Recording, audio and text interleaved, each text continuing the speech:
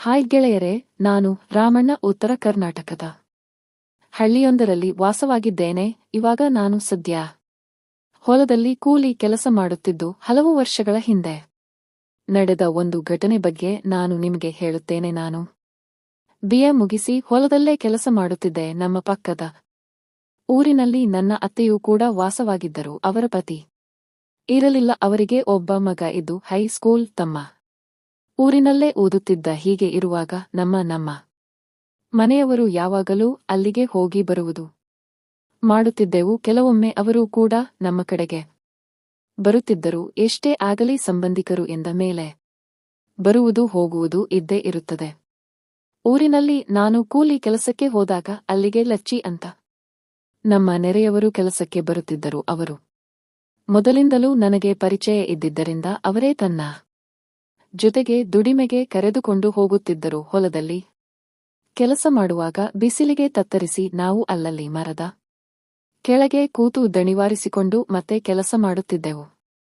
ಹೀಗೆ ಪ್ರತಿದಿನವೂ ನಡೆಯುತ್ತಿತ್ತು. ಆದರೆ ಅದರಲ್ಲಿ ಕೆಲವು ವಯಸ್ಸಾದವರು ಮಾತ್ರ ನಾನಿನ್ನೂ ಚಿಕ್ಕವ ಎಂದು ಕೆಲವೊಮ್ಮೆ ಮನಸ್ಸಿಗೆ ಬಂದಂತೆ ಮಾತನಾಡುತ್ತಿದ್ದರು. ಅಲ್ಲದೆ ಅವರಿವರ ಮನೆ ವಿಚಾರ ಸುದ್ದಿಯನ್ನು ಮಾತನಾಡುತ್ತಿದ್ದರು. ಆದರೆ ನೆರೆಮನೆಯವರನ್ನು ಕಂಡರೆ ನನಗೆ ಅದೇನೋ ಗೌರವ. ಏಕೆಂದರೆ ನಿಂದಲೂ ನನ್ನ ಮನೆಯಲ್ಲಿ ನನಗೆ ಹೊಡೆದರೂ ಸಹಿತ ಬಂದು ಬಿಡಿಸುತ್ತಿದ್ದರು. ಹೀಗಾಗಿ ಅವರಿಗೆ ನಾನು ಎಂದರೆ ಅಚ್ಚುಮೆಚ್ಚು. ಆದರೆ ನಾನು ಬೆಳೆದು ದೊಡ್ಡವನಾದಂತೆ ನನ್ನ ಮನಸ್ಸಿನಲ್ಲಿ ವಯೋಸಹಜ ಭಾವನೆಗಳು ಮೂಡುತ್ತಿದ್ದವು. ಕಸ್ತಗೆಯುವಾಗ ಬಿತ್ತುವಾಗ ನಾನು ಕೆಲವೊಮ್ಮೆ ಅಲ್ಲಿದ್ದವರ ಸೌಂದರ್ಯವನ್ನು ನೋಡುತ್ತಿದ್ದೆ. ಎಲ್ಲರೂ ತಮ್ಮ ದುಡಿಮೆಯಲ್ಲಿ ತಾವು ಬಿಸಿಯಾಗಿದ್ದರಿಂದ ಅಷ್ಟೇನು ಇದರ ಬಗ್ಗೆ ಗಮನಹರಿಸುತ್ತಿರಲಿಲ್ಲ. ಆದರೆ ನಾನು ಮಾತ್ರ ದುಡಿಮೆಯ ನಡುವೆ ಸ್ವಲ್ಪ ಟೈಮ್ ತಗೊಂಡು ಹಳ್ಳದ ಹತ್ತಿರ ಹೋಗಿ ಕೈ ಕೆಲಸ ಮಾಡಿ ಸಮಾಧಾನವಾಗಿ ಬರುತ್ತಿದ್ದೆ. ಹೀಗೆ ಮಾಡುವಾಗ ನನಗೆ ಒಂದು ದಿನವಾದರೂ ಒಂದು ಒಳ್ಳೆಯ ಅವಕಾಶ ಒದಗಿ ಬರಲಿ ಎಂದು ಕಾಯುತ್ತಿದೆ. ಹೀಗಿದ್ದಾಗ ನಾನು ಅತ್ತೆಯ ಊರಿಗೆ ಹೋಗುವ ಪ್ರಸಂಗ ಎದುರಾಯಿತು. ನಾನು ಬೇಡ ಎಂದರು. ನಮ್ಮಪ್ಪ ನನ್ನನ್ನು ಕಳುಹಿಸಿದ ಪಕ್ಕದ ಹಳ್ಳಿ ಆಗಿದ್ದರಿಂದ ನಾನು ಹೋಗೋಕೆ ಒಪ್ಪಿದೆ. ನಾನು ಹೋದಾಗ ಅವರು ನನ್ನ ಖುಷಿಯಿಂದ ಬರಮಾಡಿಕೊಂಡು ಚೆನ್ನಾಗಿ ಸತ್ಕರಿಸಿದರು. ಮಾರನೇ ದಿನದಿಂದ ನಾನು ಅವರಿಗೆ ಹೊಲದ ಕೆಲಸದಲ್ಲಿ ನೆರವಾಗುತ್ತಿದ್ದೆ. ಹೀಗೆ ಒಂದು ವಾರ ಕಳೆಯಿತು. ಆಗಲೇ ನನ್ನ ಮನಸ್ಸಿನಲ್ಲಿ ಒಂದು ಆಲೋಚನೆ ಹೊಳೆಯಿತು. ಯಾಕೆ ನಾನು ಈ ಊರಿನಲ್ಲಿ ಪ್ರಯತ್ನ ಪಡಬಾರದು? ಮನೆಯಲ್ಲಿ ಹೇಗಿದ್ದರೂ ಮೂವರು ಮಾತ್ರ ಇದ್ದೇವೆ ಎಂದು ಯೋಚಿಸಿದೆ. ಒಂದು ಸಲ ಏನಾದರೂ ಮಾಡಲೇಬೇಕು ಎಂದು ನಿರ್ಧಾರ ಮಾಡಿದೆ. ಎಲ್ಲಿಯಾದರೂ ಹೋಗೋಣ, ದುಡ್ಡು ಕೊಟ್ಟು ಆದರೂ ಅದನ್ನು ಪಡೆಯೋಣ ಎಂದು ಯೋಚಿಸುತ್ತಿದ್ದೆ.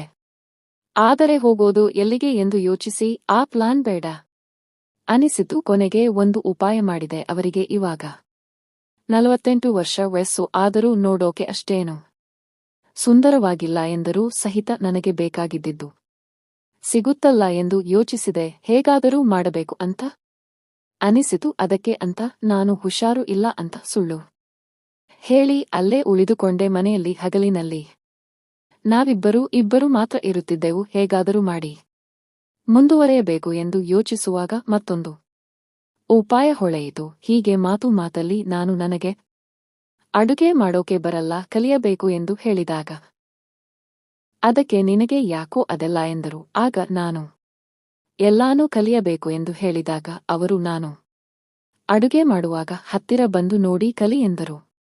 ಸಿಕ್ಕಿದ್ದೇ ಚಾನ್ಸ್ ಎಂದು ನಾನು ಅಡುಗೆ ಮನೆಯಲ್ಲಿ ಅವರ ಹತ್ತಿರ ಹೋಗಿ ನಿಲ್ಲುತ್ತಿದ್ದೆ. ಒಂದೆರಡು ದಿನ ಸುಮ್ಮನೆ ಸಹಾಯ ಮಾಡಿದ ಹಾಗೆ ಮಾಡುತ್ತಿದ್ದೆ. ಹೀಗೆ ಸಹಾಯ ಮಾಡುವಾಗ ನಾನು ಏನೇನೋ ನಾಟಕವನ್ನು ಮಾಡುತ್ತಿದ್ದೆ. ಆದರೆ ಅದರಲ್ಲಿ ಯಾವುದೂ ಸಫಲವಾಗುತ್ತಿದ್ದಿಲ್ಲ. ಅಲ್ಲಿಗೆ ನಾನು ಮಾಡಿದ ಎಲ್ಲಾ ಉಪಾಯ ಮುಳುಗಿ ಹೋಗುವ ಹಂತದಲ್ಲಿ ಇತ್ತು. ಕೊನೆಗೆ ದೂರದ ಬೆಟ್ಟ ಎಂಬಂತೆ ನನ್ನ ಪಾಡಿಗೆ ನಾನು ಇರುತ್ತಿದ್ದೆ. ಈ ನಡುವೆ ದಿನದಿಂದ ದಿನಕ್ಕೆ ಹೆಚ್ಚಾದ ಕಾರಣ ಅವರ ಮನೆಯಲ್ಲಿ ಕೇವಲ ಒಂದು ಫ್ಯಾನ್ ಇತ್ತು. ಅದು ಕೂಡ ಹಾಲಿನಲ್ಲಿ ಇತ್ತು. ಆ ದಿನ ನಾವು ಮೂವರು ಅಲ್ಲಿಯೇ ಬಿದ್ದೆವು. ನಾನು ಹೊರಗೆ ಬೀಳ್ತೀನಿ ಎಂದಾಗ ಅವರು ಬೇಡ, ನೀನಿನ್ನೂ ಚಿಕ್ಕವ ಎಂದು ನನಗೆ ಹೇಳಿದಾಗ ನಾನು ಕೂಡ ಒಳಗೆ ಬಿದ್ದೆ. ಆಗ ಅವರು ತನ್ನ ಮರಿಗೆ ನೀನು ಆ ಕಡೆಗೆ ಬೀಳು, ಇವನು ಈ ಕಡೆಗೆ ಬೀಳ್ತಾನೆ ಎಂದರು. ಆಗ ಅವನು ಆಗಲ್ಲ ಎಂದು ಜಗಳ ತೆಗೆದ. ಕೊನೆಗೆ ಅವರು ಅವನಿಗೆ ಒತ್ತಾಯ ಮಾಡಿಸಿ ಆ ಕಡೆಗೆ ಬೀಳಿಸಿದರು. ಆದರೆ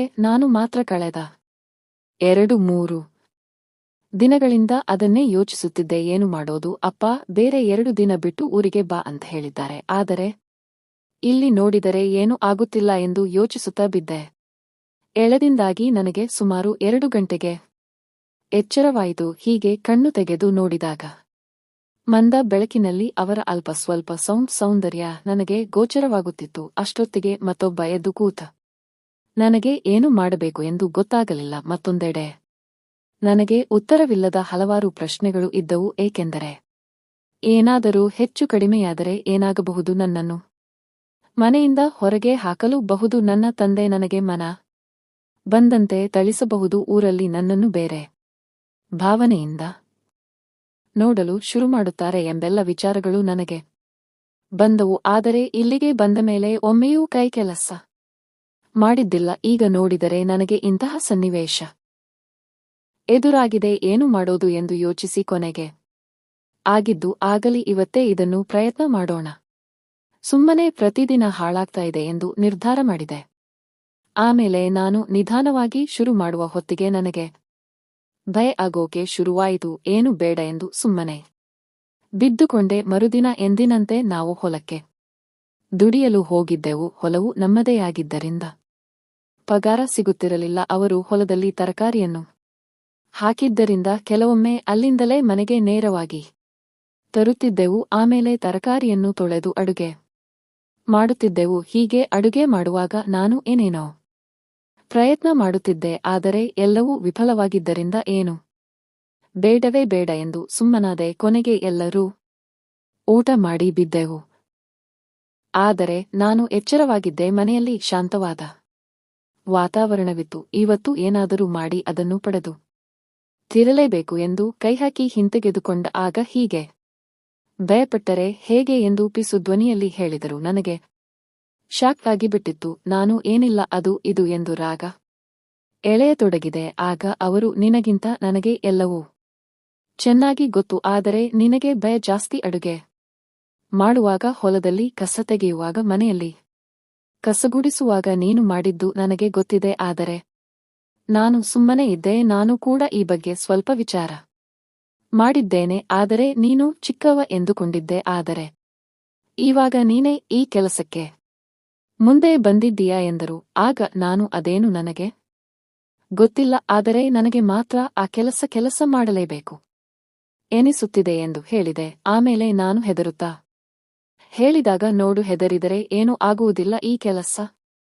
ಮಾಡುವಾಗ ಹೆದರಿದರೆ ಕಷ್ಟ ಆಗುತ್ತೆ. ನಾನಿದ್ದೇನೆ ಎಂದು ಹೇಳಿ ಅಡುಗೆ ಮನೆಗೆ ಹೋದರು. ನಾನು ಕೂಡಲೇ ಅವರನ್ನು ಹಿಂಬಾಲಿಸಿದೆ. ಅಲ್ಲಿ ಇಬ್ಬರು ಏಕಾಂತದಲ್ಲಿ ಆ ಕೆಲಸವನ್ನು ಮಾಡಿದೆವು. ಆದರೆ ಅವರ ಕೆಲಸದ ವೇಗ ನೋಡಿ ನನಗೆ ಭಯ ಆಯಿತು. ಆಗ ಅವರು, ಬಹಳ ವರ್ಷವಾಗಿತ್ತು, ಹಾಗಾಗಿ ಸ್ವಲ್ಪ ಅವಸರ ಅಷ್ಟೇ ಎಂದರು. ನಾನು ಸರಿ ಎಂದು ಹೇಳಿದೆ. ಆಮೇಲೆ ಎಲ್ಲವೂ ತಾನೇ ನಿಧಾನವಾಗಿ ನಡೆದು ಹೋಯಿತು. ಹೀಗೆ ಆ ದಿನ ಕೆಲಸವನ್ನು ಕಲಿತ ಮೇಲೆ ನನಗೆ ಇನ್ನೂ ಜಾಸ್ತಿ ಕೆಲಸ ಮಾಡಬೇಕು ಎಂದು ಎನ್ನಿಸುತ್ತಿತ್ತು. ಮರುದಿನವಂತೂ ದುಡಿಮೆಗೆ ಹೋಗದೆ ಅಲ್ಲಿಯೇ ಇದ್ದು ಬೆಳಿಗ್ಗೆಯಿಂದ ಸಾಯಂಕಾಲವರೆಗೆ ಅದನ್ನೇ ಮಾಡಿದೆವು. ನಾನು ಮತ್ತೆ ಊಟವಾದ ಬಳಿಕ ಬೇಕು ಎಂದು ಹೇಳಿದಾಗ ಅವರು, ನೋಡು, ಇದರ ಬಗ್ಗೆ ನಿನಗೆ ಜಾಸ್ತಿ ಗೊತ್ತಿಲ್ಲ, ನಿನಗಿನ್ನೂ ಅನುಭವ ಕಡಿಮೆ, ಅದಕ್ಕೆ ಹೀಗೆ ಹುರುಪಿನಲ್ಲಿ ಇದ್ದೀಯಾ ಎಂದು ನನಗೆ ಹೇಳಿದರು. ನಾನು ಸರಿ ಎಂದು ಹೇಳಿ ಮರುದಿನ ಪೂರ್ತಿ ವಿಶ್ರಾಂತಿ ಮಾಡಿದೆ. ಆದರೆ ಊರಿಗೆ ಬಂದಾಗೊಮ್ಮೆ ಆಗಾಗ ಕೆಲಸ ನಡೆಯುತ್ತಲೇ ಇತ್ತು. ಫ್ರೆಂಡ್ಸ್, ಈ ಕತೆ ಇಷ್ಟವಾಗಿದ್ದರೆ ಅದಕ್ಕೊಂದು ಲೈಕ್ ಕೊಟ್ಟು ನಮ್ಮ ಚಾನೆಲ್ ಅನ್ನು ಸಬ್ಸ್ಕ್ರೈಬ್ ಮಾಡಿಕೊಳ್ಳಿ. ಮುಂದಿನ ವಿಡಿಯೋದಲ್ಲಿ ಸಿಗೋಣ. ಧನ್ಯವಾದಗಳು.